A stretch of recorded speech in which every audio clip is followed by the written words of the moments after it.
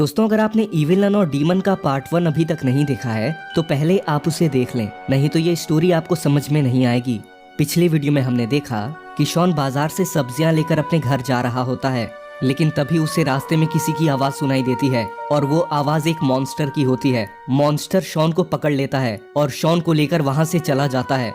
और अगले दिन गुल्ली और बुल्ली को शॉन की एक चिट्ठी मिलती है जिसमें शॉन इन लोगों को बताता है कि उसे एक मॉन्स्टर ने किडनैप कर लिया है और ये सब उस मॉन्स्टर ने इविलन के साथ मिलकर किया है। गुल्ली और बुल्ली फौरन उस नक्शे के साथ में शॉन को ढूंढने के लिए निकल जाते हैं और तभी इन लोगों को जंगल के अंदर एक झोपड़ी दिखाई देती है और वहाँ पर एक जादुई बक्सा मिलता है, लेकिन ये बक्सा एक जादुई जाल था और बुल्ली को वहाँ चोट लग जाती है। और इधर दूसरी तरफ शॉन इविलन के जाल में फंस चुका है और इविलन शायद अब शॉन को मारने वाली है। और इधर गुल्ली और बुल्ली उस घर से आगे बढ़ने लगते हैं, लेकिन इन लोगों के सामने एक मॉन्स्टर आ जाता है। चलिए अब आगे की स्टोरी देखते हैं। वो मॉन्स्टर इन लोगों से कहता है, मुझे इविलन ने कहा था कि यहाँ पर कोई भी आए उसे मार डालना। और बॉक्स हेड गुल्ली और बुल्ली की तरफ आने लगता है, लेकिन तभी बॉक्स हेड फ्रीज हो जाता है और गुल्ली बुल्ली के चेहरे पर एक खुशी आ जाती है। और गुल्ली बुल्ली का अंदाजा सही निकला, यहाँ पर रॉड आ चुका है। रॉड ने बॉक्स हेड को फ्रीज कर दिया है। रॉड गुल्ली और बुल्ली के पास आता है। रॉड कहता है, तुम लोग बिना बताए क्यों आ गए गुल्ली बुल्ली? मैं भी तो तुम्हारे साथ आ सकता था। तुम्हें बताना चाहिए था कि शॉन खतरे में है। मुझे यहाँ बाबा ने भेजा है। गुल्ली कहता है, मुझे भी नहीं पता रॉड, दरअसल हमें शॉन की चिट्ठी मिली और हम बहुत जल्दीबाजी में यहाँ पर आ गए। रॉड कहता है कि जब भी तुम लोग मुसीबत में होते हो तो बाबा को पता चल जाता है। बाबा किसी काम से बाहर जा रहे थे, इसलिए बाबा ने तब तक मुझे तुम लोगों के साथ भेजा है। और गुल्ली उस मैप को रॉड को सौंप देता है। रॉड कहता है, आगे और भी मुश्किलें आने वाली हैं गुल्ली बुल्ली, हमें साथ में मिलकर इन सब का सामना करना होगा। लेकिन तभी बॉक्स हेड अनफ्रीज हो जाता है। मैं भी देखता हूँ तुम लोग यहाँ से आगे कैसे बढ़ते हो। और बॉक्स हेड इनकी तरफ दौड़ के आने लगता है, लेकिन रॉड उसे दोबारा फ्रीज कर देता है।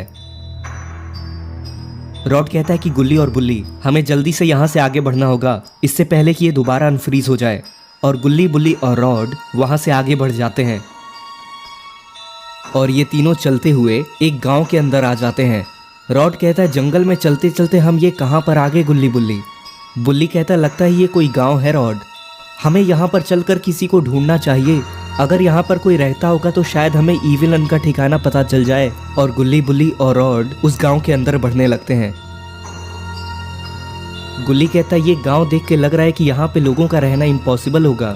गुल्ली, मुझे लगता है कि ये जगह हॉन्टेड है, देखो ना यहाँ पर कोई हलचल ही नहीं है। रॉड कहता है, हर जगह पर नजर रखना तुम लोग, क्या पता शॉन को ढूंढने के लिए कोई इशारा मिले।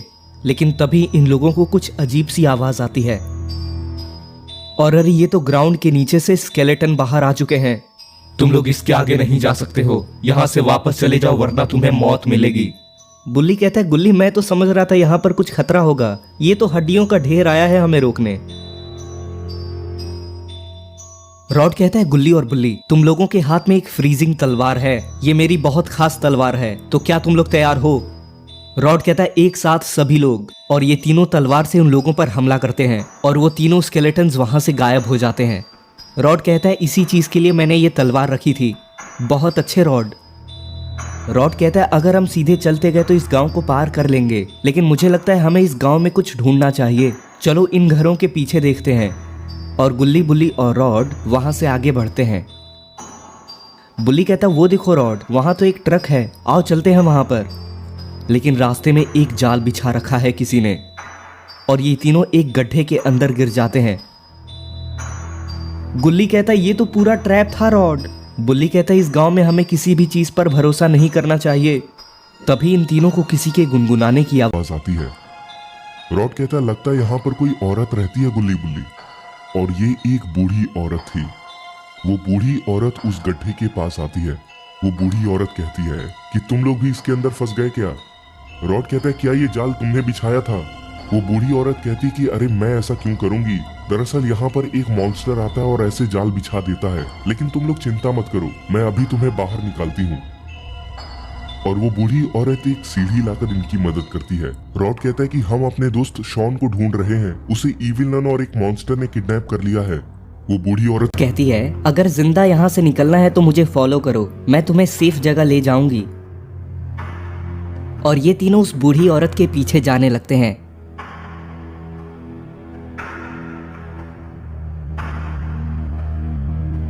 वो बूढ़ी औरत उन्हें एक पुराने महल जैसे घर के अंदर ले जाती है। अंदर काफी अंधेरा होता है, जहाँ पर कुछ मोमबत्तियां जल रही होती हैं। बुल्ली कहता है, ये तो किसी हॉरर मूवी का सेट लग रहा है। मुझे लगता है इस बूढ़ी औरत पर हमें भरोसा नहीं करना चाहिए था। गुल्ली कहता है, चुप रहो, शायद ये हमारी मदद करे। रॉड कहता है, यहाँ पर काफी अजीब लग रहा है मुझे गुल्ली बुल्ली, तुम लोग रेडी रहना। वो बूढ़ी औरत उन्हें एक छोटे से रूम के पास ले जाती है, जहाँ एक बड़ा सा दरवाजा होता है।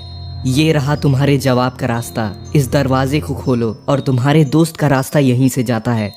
और तभी गुल्ली उस दरवाजे को खोलने की कोशिश करता है। तभी वो बूढ़ी औरत अपने असली रूप में आ जाती है। उस बूढ़ी औरत का रूप इविल नन में बदल जाता है। तुम सोच रहे होगे कि तुम शॉन को बचाने आए हो, उसे बचाने की तो भूल ही जाओ, पर अभी ये सोचो कि क्या तुम तीनों मुझसे बच पाओगे। और तभी वहाँ इविलन का मॉन्स्टर भी आ जाता है। तुम्हारे लिए यहाँ से निकलने का कोई रास्ता नहीं है।